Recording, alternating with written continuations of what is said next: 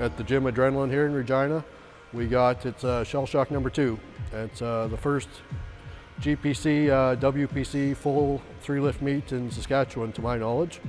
And so basically what it is last year in Edmonton, they started its charity meet around Remembrance Day every year for Vets Canada, which is a charity that helps veterans kind of transition into civilian life if they're having trouble, before their pension comes through, making payments and stuff, to help them out with that. And they go around looking for homeless vets and try to help them out with that too. So we're going to try to raise some money for them here, and hopefully we'll make an annual event in Regina.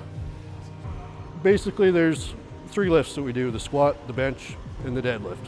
And so you get 3 attempts at each lift, and you give them your first weight. And if you make that or miss it, you can go higher in weight, or you can take the same one again, but you can't go down. So you do your first 3 squats, you'll do your 3 benches, you'll do your 3 deadlifts, take your best lift from each of those, add them up, and whoever's got the biggest number at the end of the day is the winner. So, seems simple. I've been in the gym training for other sports all my life, and there's a couple powerlifters out there that kind of said, why don't you get into that? So it's something I can still do when I'm out in the middle of nowhere, as long as I get to the gym, and still kind of pretend I'm an athlete, so that's nice too. And did my first meet probably about 10 years ago and fell in love with it. I don't think first meet was done, and I was trying to find out when the next one was going to be. Would have been about 2 weeks, 3 weeks before Nationals this year. I was hitting my same thing we did today, deadlift openers, and my bicep exploded on me. So ended up going into surgery, and they said probably a year before I was lifting again. And it was tough. Like I said, that was my first Nationals in probably 6-7 years that I wasn't competing at, and I think being there and not being able to lift, and knowing that was the strongest I'd been in my life going up there, and I had big expectations, and just it hurt. I didn't know if I've lost 50 pounds off my deadlift since then, so I didn't know if I was going to be able to lift again, if I'd ever get back to where I was. So it was tough. And just coaching everybody, still having to be around it all the time, just reminds you. So I ended up going there, coaching guys and sitting out, and figured, you know what, Worlds are in 6 months. I think I got a shot being ready for it. And things kind of fell into place, and ended up coming back in time and won the World Championship again this year. So it's pretty rare for a competitor to walk into a competition being 100%. Almost everybody here has some type of nagging injury or recovering from something. It's a tough sport. You're pushing hard. You're doing a lot of grinding, and you do get injured, but you got to battle through it. And it's great to have family and friends out here. I mean, everybody's cheering, got a great crowd.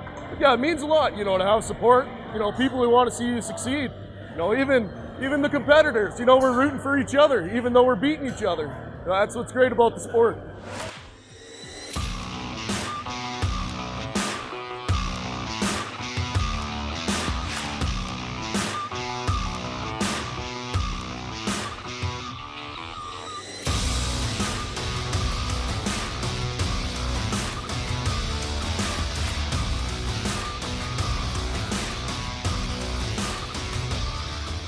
a lot different. A lot younger guys are coming in, a lot more of the raw lifting.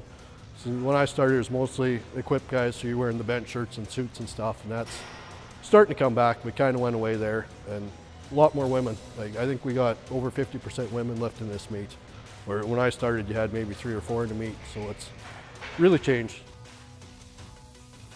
A couple friends of mine own a supplement shop in town here, and said they had this girl who was kind of having trouble with the guy who was coaching her, and wondered if I'd help her out a bit. And she had a meet in December that she wanted to do, so I said, yeah, I'll get you ready for it. And I actually started lifting in my high school gym at Lebolas High School, just south of the city here in Regina, and I was just lifting there in grade 11 I was, and I actually started doing like the football program at the school and like mixing with my own program, and started just to try to lift a little bit heavier weights than the average person. Started worrying about more of like a physique kind of thing going on, but then I realized I love lifting weights heavy rather than to look good, and so I decided to pick a gym that that's what they specialize in, and that's how I came here.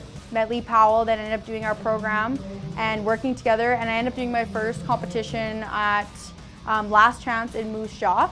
which was in December. Last chance was the last time you could break world records, or sorry, break Canadian records. And it didn't go as well as I planned, but of course that's every first competition, you're gonna have nerves. And then I ended up doing my first competition actually here at Medal, and it was a push-pull, so it was a bench and a deadlift.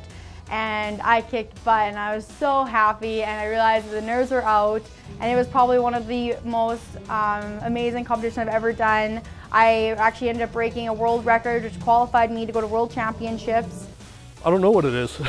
she's mean, you know, she's not like a kid. It's kind of, you want to push her and you realize that she is only 19, you kind of got to let her do her thing and just enjoy it. And she took to it, and she had some success right off the start and just kind of fell in love with it, I guess. It's kind of what happens. You do your first one and you love it or you hate it, and for better or worse, that's the way it's going to be. So we'll see. Next year, this was her last year as a teen, so she moves into the junior category next year, so that'll be the big test. And we'll start getting, she'll be lifting against women instead of kids, so it'll get tougher, and we'll see how she handles that, but I'm sure she'll do great, and she's got a bright future if she sticks with it. Turnout was a lot bigger than we expected, but manageable. Nobody's died yet, nothing started on fire, so I'm happy. Everybody seems to be having fun. Beers are selling, food's here, and I think it went well. This close to Remembrance Day, it's a good cause. We got a bunch of veterans out here.